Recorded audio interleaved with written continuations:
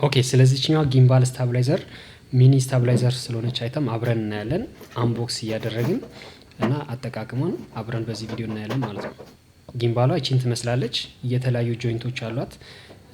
አንግሎቹን እያስተካከልን መጠቀም እንችላለን። ወደፊት እና ወደ ኋላም ማዞር ይቻላል። ወደፊት ላዞሮና እዚህ ጋር ደግሞ ሪሞት ኮንትሮልም አላት ራቅ አድርገን ለመቅረጽ እንዲቻል ማለት ነው። ሶ ስልክ አስገብቼ እስቲ እንዴት ነው ሰልፊ ስቲኩን ጊምባል ስታብላይዘሩን እንዴት ነው የምንጠቀመው የሚለውን እናያለን። እንዲያደርገን አጥብቀን እንደዚህ ሰልፊ ስቲኩን መጠቀም ይቻላል። ወደ ላንድስኬፕም ለማድረግ እዚህ ጋር አንሎክ አድርገን ላንድስኬፕ ካደረግን በኋላ ሎክ ከዛ በላንድስኬፕ ሞድም መጠቀም ይቻላል።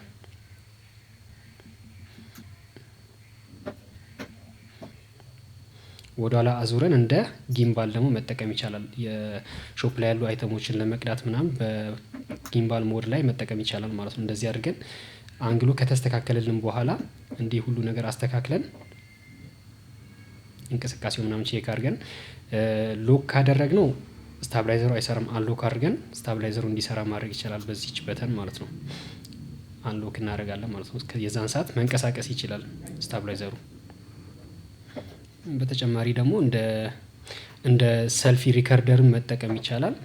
እዚህ ጋር ቀና ዝቅ እያደረግን አንግሎቹን እያስተካከልን ከዛ ቁጭ እናደርጋለን። የሆነ ጠረጴዛ ነገር ላይ ቁጭ አድርገን ራሳችንን ለመቅረጽ ካስፈለገ እንዲህ አንግሉን ካስተካከልነው በኋላ ቁጭ አድርገን መቅረጽ ይችላል ማለት ነው።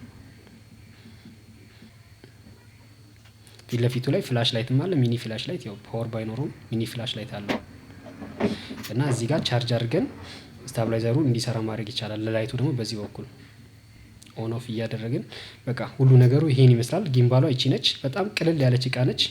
በማንኛውም ቦታ ይዛችሁ መንቀሳቀስ የምትችሏት እቃ ነች።